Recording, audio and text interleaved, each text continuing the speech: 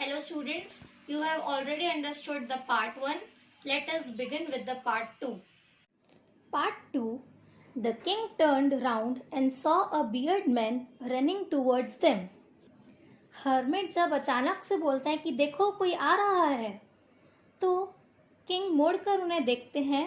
वहाँ पर एक बियर्ड मैन होता है जो इनकी तरफ आ रहा होता है। His hands were pressed against his stomach, from which blood was flowing. वो देखते हैं जो आदमी दौड़ कर आ रहा है, उन्होंने अपना हाथ पेट पर जोर से दबाए रखा है और उनके पेट में से खून निकल रहा है।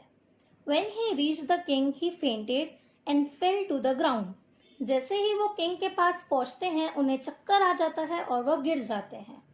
The king and the hermit removed the man's clothing and found a large wound in his stomach.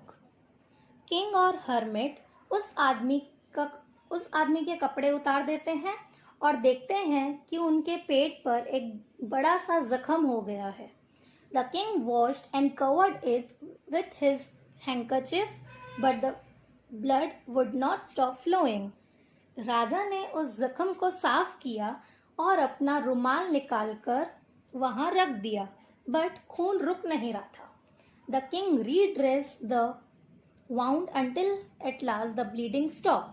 और वो बार बार उसे ठीक करने लगे जब तक खून रुक नहीं गया। The man felt better and asked for something to drink. अब उस आदमी को ठीक लगता है और वो मांगते हैं कुछ पीने के लिए। The king brought fresh water and gave it to him. राजा पानी ले आते हैं और उसे देते हैं। By this time the sun had set and the air was cool. अब सनसेट हो चुका है और जो हवा है वो भी ठंडी है। The king with the hermit's help carried the wounded man into the hut and laid him on the bed. Raja hermit का सहारा लेकर उसे हट में ले जाते हैं और बेड पर सुला देते हैं। The man closed his eyes and lay quiet. वो जो आदमी था वो बेड पर आंखें बंद करा हुआ पड़ा रहता है और चुप रहता है। The king tried by his walk and the work he had done.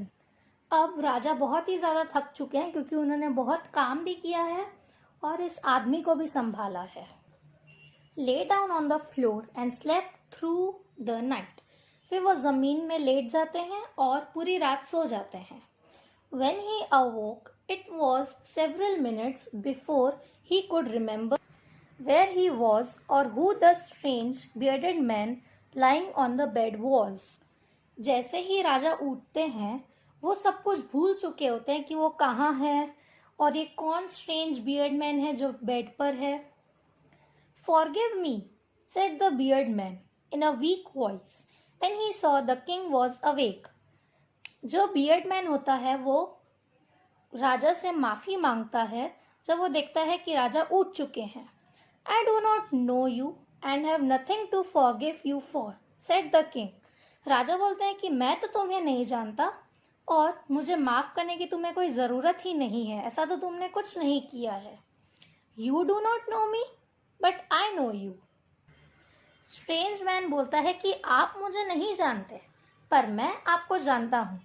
I am that enemy of yours who swore revenge on you because you put my brother to death and seized my property.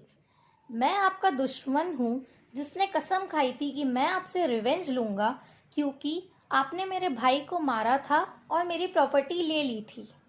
I knew you had gone alone to see that hermit and I made up my mind to kill you on your way home. Strange beard man बोलता है कि मैंने आपको hermit के पास अकेले जाते हुए देख लिया था और मैंने डिसाइड किया था जब आप घर जाएंगे तब मैं आपको मार डालूंगा। But the day passed and you did not return. But एक दिन हो चुका था बट आप वापस नहीं आए थे। So I left my hiding place and I came upon your bodyguard who recognized me and wounded me. मैं जिस जगह पर छुपा था मैं वहाँ से निकला और मैं आपके बॉडीगार्ड के पास गया जिन्होंने मुझे पहचान लिया और उन्होंने ही मुझे मारा। I escaped from him but I should have died if you had not dressed my wounds. But मैं वहाँ से भाग गया और मैं शायद मर भी जाता अगर आप मुझे नहीं बचाते तो। I wish to kill you and you have saved my life. मैं आपको मारना चाहता था बट आपने मेरी जिंदगी बचा ली। Now if I live I will serve you as your most faithful servant and will order my son to do same. Forgive me. But अब जब तक मैं जिंदा हूँ मैं आपके लिए काम करूँगा और मैं आपका नौकर बनकर रहूँगा और मैं अपने बेटों को भी यही बोलूँगा, प्लीज़ मुझे माफ़ कर दीजिए। The king was very happy to have made peace with his enemy so easily and to have won him over as a friend. राजा बहुत ही ज़्यादा खुश हो जाता है क्योंकि उसका दुश्मन उसका दोस्त बन चुका था। He not only forgave him but said he would send his servants and his own doctor to look after him and he promised to give back the man his property. राजा ने उस आदमी को माफ़ कर दिया और अपने सर्वेंट्स और डॉक्टर भेजे ताकि वो उस आदमी का ध्यान रख सकें और राजा ने उससे प्रॉमिस किया कि वो उसे पूरी प्रॉपर्टी वापस दे देंगे। Leaving the wounded man the king went out of the hut and looked round for the hermit. उस आदमी से बात होने के बाद राजा बाहर जाते हैं और हर्मिट को ढूंढते हैं। Before going away he wished once more to get answers to his questions. But जाने से पहले वो चाहते थे कि हर्मिट उन क्वेश्चंस के आंसर दे दे।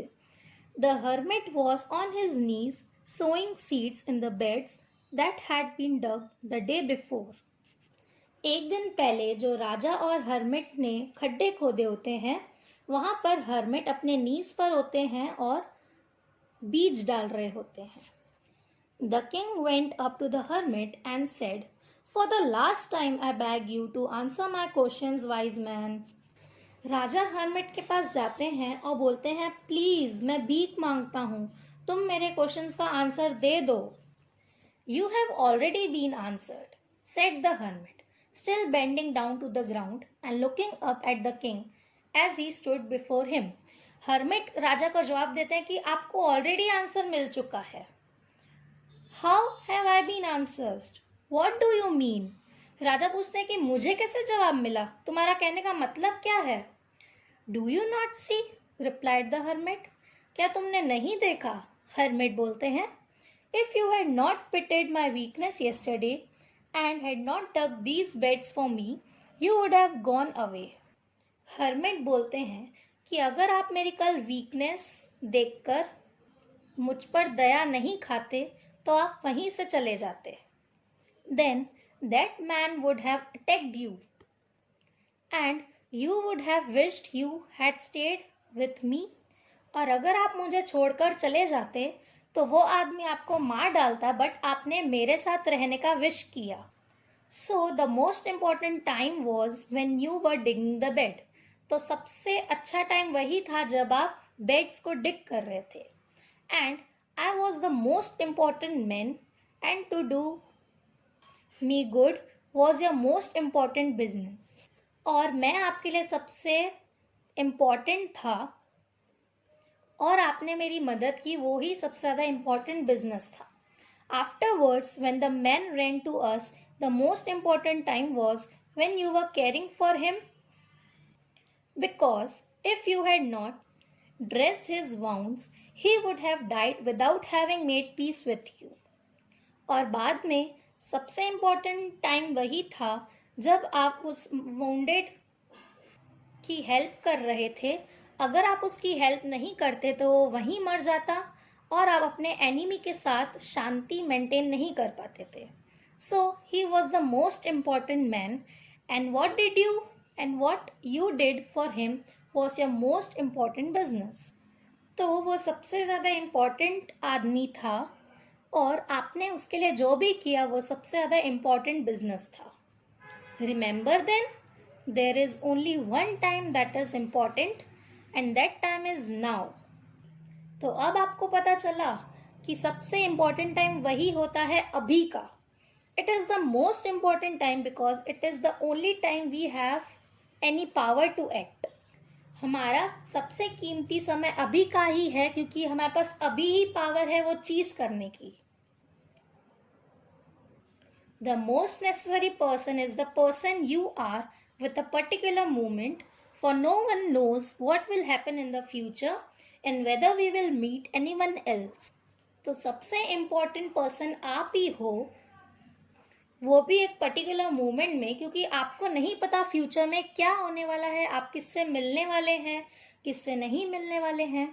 The most important business is to do that person good because we were sent into this world for that purpose alone. और सबसे इम्पॉर्टेंट बिजनेस वही है कि आप सब लोगों की मदद करें, क्योंकि हमें इस वर्ल्ड में इसी पर्पस के लिए भेजा गया है. तो इस चैप्टर में राजा को उसके जवाब खुद मिल जाते हैं. एंड आपको इस स्टोरी से ये सीखने मिलता है कि आपको सबकी मदद करनी चाहिए, क्योंकि हमें फ्यूचर का कोई भरोसा नहीं है. अब आपको ये क्वेश्चन आंसर्स अपने नोटबुक में लिखने हैं. Question number 1, Why was the king advised to go to the magicians? Answer: The king was advised to go to magicians because only the magicians have the power to look into future and decide the right time for doing something. Question number 2. In answer to the second question, whose advice did the people say would be important to the king? Answer: In answer to the second question, the people suggested the king to take advice of his counselors, priests, doctors, or soldiers. Question number 3. What suggestions were made in answer to the third question? Answer: In answer to the third question, the king was suggested that science, fighting, and religious worships were the most important things that king should do. Question number 4. Did the wise man win the reward? If not, why not?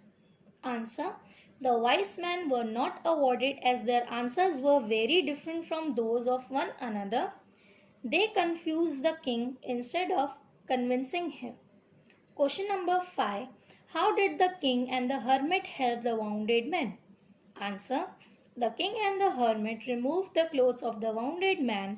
The king washed the large wound of the bearded man and dressed it with the handkerchief. Question number 6. First, who was the bearded man? Answer: The bearded man was the king's enemy. Sixth, question number 2. Why did he ask for the king's forgiveness? Answer: He asked for the king's forgiveness as the king saved his life. His heart changed after seeing the goodness of the king. Question number 7. The king forgave the bearded man. What did he do to show his forgiveness? Answer: The king forgave the bearded man and promised to send his servant and the doctor to serve him. He even promised to return the property of the bearded man which the king has confiscated.